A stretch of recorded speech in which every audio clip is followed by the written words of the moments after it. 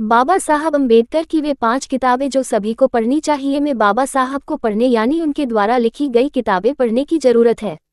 यूं तो कोई भी व्यक्ति जितना चाहे उतना पढ़ सकता है, लेकिन वे 5 किताबें जो कम से कम बाबा साहब को समझने के लिए पढ़ी जानी चाहिए वे निम्नलिखित हैं। बाबा साहब डॉक्टर भीमराव अंबेडकर को सिंबल ऑफ नॉलेज कहा जाता है। उन्हें ये सम्मान दिया गया है क्योंकि जीवन भर वे किताबों के बीच रहे। यहीं से होकर उन्होंने भारतीय समाज में उस वर्ग को अधिकार दिलवाए जिनके पास ज्ञान की पहुंच नहीं थी।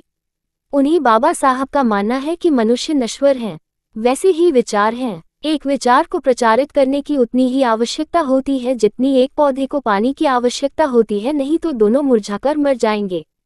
बाबा साहब पर भी यह कथन लागू होता है कि उन्हें प्रासंगिक बनाए रखने के लिए हमें उनके विचारों को जानने के साथ साथ उन्हें प्रसारित करने की जरूरत है। इसके लिए हमें